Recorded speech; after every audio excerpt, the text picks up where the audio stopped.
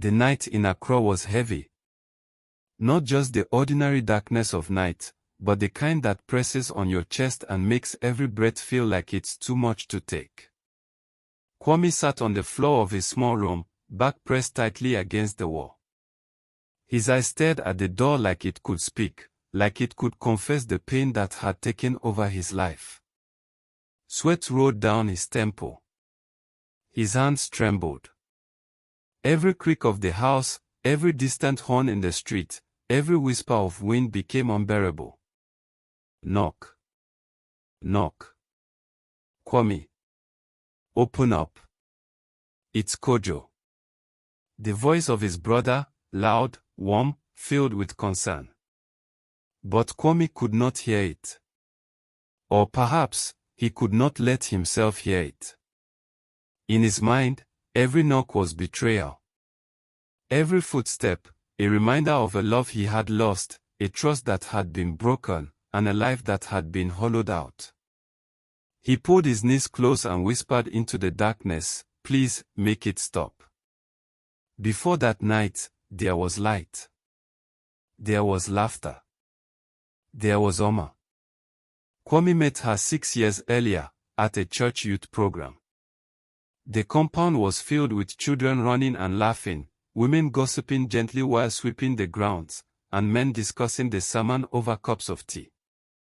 She wasn't flashy or loud, but there was something about the way she walked, the quiet confidence in her posture, that made him notice her instantly.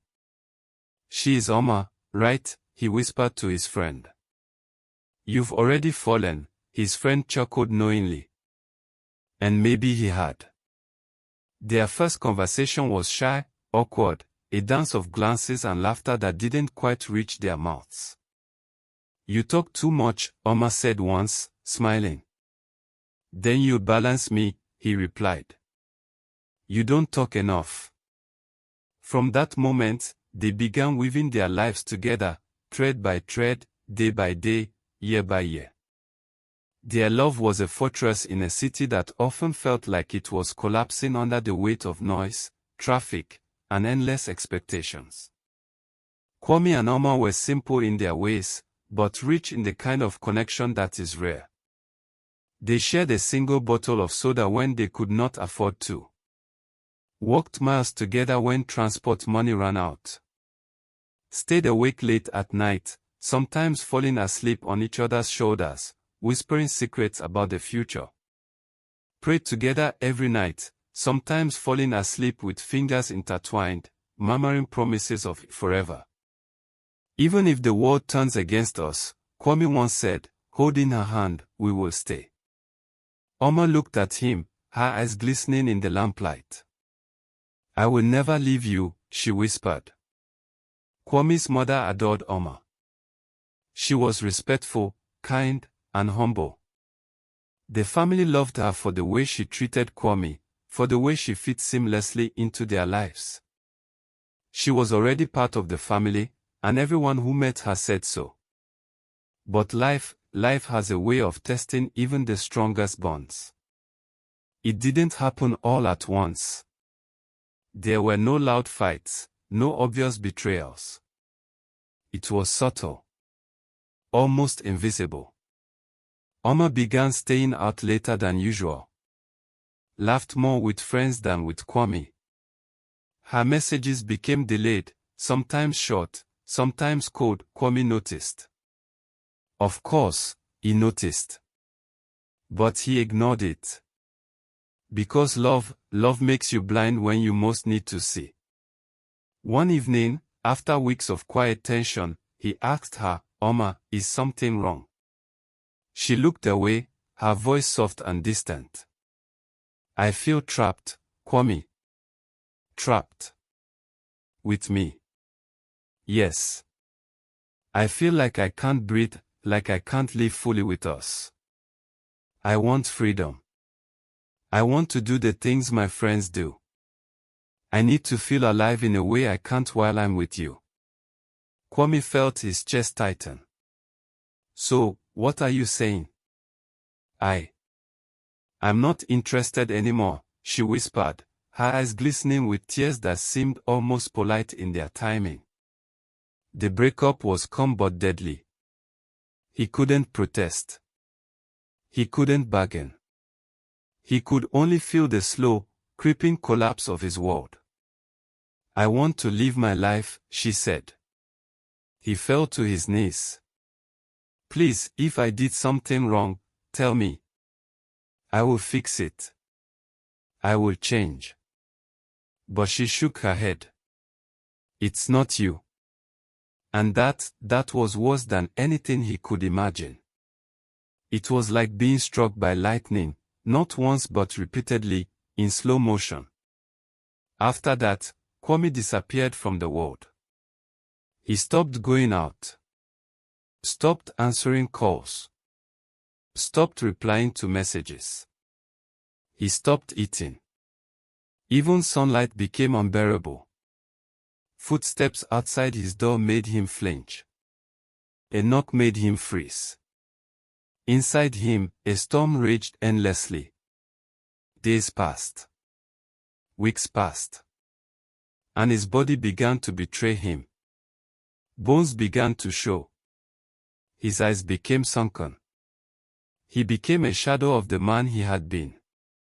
One morning, he collapsed. His brother Kojo found him, barely conscious, weak, skin stretched over his bones. He was rushed to the hospital. Machines beeped urgently. Drips were hooked. Doctors worked quickly. "He's severely weak, we might lose him," they said. Kojo didn't hesitate. He gave his blood for Kwame. Kwame survived. His body survived. But his heart, his trust, his ability to love, that was gone. A week later, Kwame opened his eyes. Alive. But changed. The pain that had consumed him faded. But not healed. Faded. And with it, everything else faded too. He no longer felt love. He no longer felt desire. Women passed by, but he saw only people. Omo's memories no longer moved him. They felt like watching someone else's life unfold on a screen. He looked in the mirror and whispered, "Am I broken? Or am I safe?" Weeks later, a message appeared on his phone. "I'm sorry, can we talk?" Kwame read it. Nothing. They met. Face to face. Oma cried. "I made a mistake. I miss you. I want us back." Kwame listened quietly. Then, softly, calmly, he said, "I don't miss you. I don't hate you. I feel nothing." She shook her head. "I can help you remember." "No," he said. "You taught me how to survive without love." Oma went to apologize to his mother. Tears streamed down her face. "I hurt your son. I regret it." His mother's voice was firm. "Regret does not erase the scars you left. You broke his heart. He almost died. My son will not go back to this pain." Oma could only bow her head. Kwame sat alone at dawn, the city waking around him. He whispered to himself, "What is love?" And then a small child ran past him, laughing, chasing a paper boat in the gutter. Kwame smiled. Just slightly. Not love. Not joy. But life. And perhaps, that was the beginning of something new. Love is not just feeling. It is risk. It is pain. It is sacrifice. Sometimes, it breaks you so deeply that your heart chooses to forget, just to survive. But even a heart that has forgotten love, can still remember how to heal.